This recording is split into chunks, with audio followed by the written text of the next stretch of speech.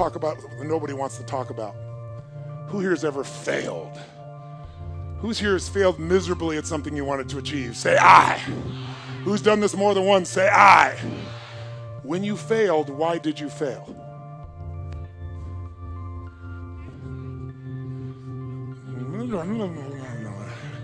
Why are you suddenly tongue-tied? Come on, tell you what. What did you used to say the reason you failed when you were bullshitting yourself? You know I know better, so you're not telling me the truth. What did you used to say? I failed because... Okay, good. I didn't have enough money. What else? Didn't have the right technology. Good, sir. Why'd you fail? I had the wrong people. They say I had the wrong leader. Isn't that interesting? It was the economy. Bad economy. Not enough time. Didn't have enough time. Now, I asked this question for the first time about 7 years ago. I was at this place called TED. Anybody watching those TED videos? And TED didn't have a website or anything at that stage. It was a very small program. It was done for about 800 people in Silicon Valley, most of them billionaire investors, the founders of Yahoo, the founders of Apple, the founders of a whole series of companies. And I was brought in, and they say you got 18 minutes, which my shortest seminar is 4 fucking days. So I'm like, you gotta be kidding me. And then before they introduced me, the guy who was introducing me wasn't the guy who invited me. He was an English guy. We're good friends today. But back then he didn't know who I was. He thought I was a motivator. So he got up and he said, first thing he said to me before I went out there, he goes, nice to meet you. Don't have people do that jumping shit I heard you do. So he wants me to take these dead people and leave them dead in this dark room sitting. And I watched before I got up to speak, and there was a woman who was a genius, and she was teaching string theory, which is one of the most complex things on earth. And they gave her 18 minutes, and people were shuffling their feet.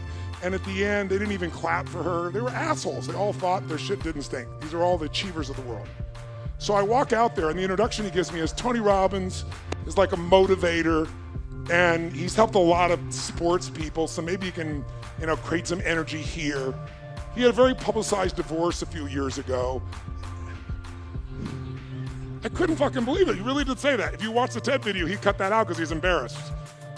So I got up afterwards and I said, God, it's a privilege to be here. I said, I didn't know that my divorce is very publicized, but my ex-wife is very happy. She has tens of millions of dollars, but I didn't come about that. I came to serve you.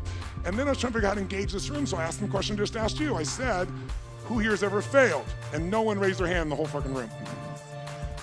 So I paused and I said, I know you're out there. I can hear your hearts beating. Who here has ever failed? And I demanded an answer, and then a few people raised their hand. I said, who here has ever failed? And now they started complying. So I said, great. When you failed, why did you fail? And they said all the things you said. Didn't have enough time, didn't have the right technology, didn't have the money, didn't have the contacts, had the wrong people. The people said we had the wrong leader, right? And then this voice in the darkness, the whole room was pitch black, says, I didn't have enough Supreme Court justices. And I look down and it's Vice President Al Gore, who you probably don't know much about American politics, but he and Bush Jr., they tied, basically, and it had to go to our Supreme Court to decide who's going to be it, and he lost. And when he said that, we were in Northern California, which is all Democrats, would have been supporters of his. They all stood up and gave him a standing ovation when he said this. And when they stopped the standing ovation, I said, that's one way to try to explain why you didn't become president of the United States. But I wouldn't say it's an accurate one. And there was this pause, like, what the fuck is he about to say? And I said, because let's just do this logically. Everything you people have told me, I didn't have the technology, I didn't have the right contacts, I didn't have the time, I didn't have money. Everything you've told me, I didn't have enough Supreme Court justices, those are resources. And so you're telling me I failed because I didn't have the resources. And I'm here to tell you what you already know. Resources are never the problem. It's a lack of resourcefulness is why you failed. Because the ultimate resources are emotional states. If you're creative enough, can you find the answer? Yes or no? If you're determined enough, can you find the breakthrough? Yes or no? If you're passionate, loving enough, can you get someone to help you? Yes or no? If there's no way that you're committed, can you find the money even if you don't have it? Yes or no? So I said creativity, decisiveness, passion, honesty, sincerity, love. These are the ultimate human resources. And when you engage these resources, you can get any other resource on earth. And I said, so you told me all the resources you're missing and you hypnotize yourself into believing that you don't have what you want because you don't have the resources, when the most successful people in history had no resources, but they were incredibly resourceful, so they got the resources. Resourcefulness is the ultimate resource. And if you don't have what you want, stop telling yourself the story because you don't have the money, you don't have the time. That's bullshit. It's because you haven't committed yourself where you would burn your boats. If you want to take the fucking island, burn your fucking boats, and you will take the island, because people, when they're going to either die or succeed, tend to succeed. But most of us give ourselves a way out, and that's why we don't have what we want. So if you and I really want to know what's going to take to get your dream and make it real, it's to stop all the things you told yourself that aren't. And I'm here to tell you what I said at the top of our discussion. 80% of success is psychology and 20% is mechanics. That's true of running your business. That's true of your intimate relationship. That's true of your body. That's true in your level of happiness. So you gotta know the 20% because that gives you the edge, right? Those strategies, but you gotta know the psychology. If you're in business right now, there's a few things. The chokehold, since, again, how many own a business? So I'm real clear, really do own a business. You're not thinking about it, you own one. Raise your hand so I can see. Shit, most of you, I'm impressed. So if you own your business, I'll tell you right now, the chokehold on the growth of your business is you. It is not your people. It is the leader of this organization. The leader is the chokehold, and the chokehold comes in one of two forms. Your psychology. You think you've tried everything. You've tried everything but what fucking works. Who knows what I'm talking about here, right? Or it's a skill that you're missing. Like you really are incredible at writing code, but you don't know shit about accounting and finance, and it's eating your business alive. Because I gotta tell you, 96% of all businesses in a 10-year period of time go under. Only 4% make it. By the way, make it doesn't mean that you succeed and have any money, it just means you're still standing. 4%. And by the way, after 10 years, you're set, right? There's no more challenges. Ever heard of a company called Lehman Brothers?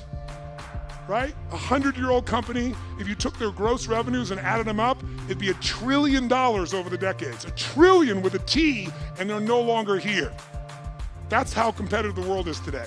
So if you got in a business and you're in it right now, I love you, I respect you as a brother or sister, and I know you're a crazy son of a bitch just like me. You have to be. Who gets in a sport where the longer you play, the more likely you die? You're a gladiator if you're in business. A gladiator goes out there and they know every time I go out, I can die, and the longer I stay in the game, the more likely I die, but every day they go out to win. That takes an incredible psychology. But in that psychology, we bump onto limits, and that's what you gotta shift. And if your psychology is solid, then you gotta say, where are the skills I'm missing? Because that's equally important. If you don't know how to market in the world we're in today, if you don't know the cutting edge of marketing, I'm only here today, I have the privilege to be with you here. How many of you are in this room because you listened to an audio, you read a book, or a friend? Let me separate. How many are here because you read an audio, read a book, or listened to an audio, and that created the basis for you to want to be here? How many are here because somebody told you, you've got to go see this guy? Let me see your hands, you saw that. Let me see your hands, nice and high so you can look around the room. So about 85% of the room. I created a brand, and that's why I have the privilege to serve you. But that brand came because I realized early in my career, I could have the best ideas in the world, but they're gonna die on my lips unless I can market them, unless I can build a brand. It is the most important thing today because the world is made up of commodities. The world is so competitive. If you're a commodity, if you're a race for the lowest price, you will be out of business within 10 years, probably more like 2 to 5.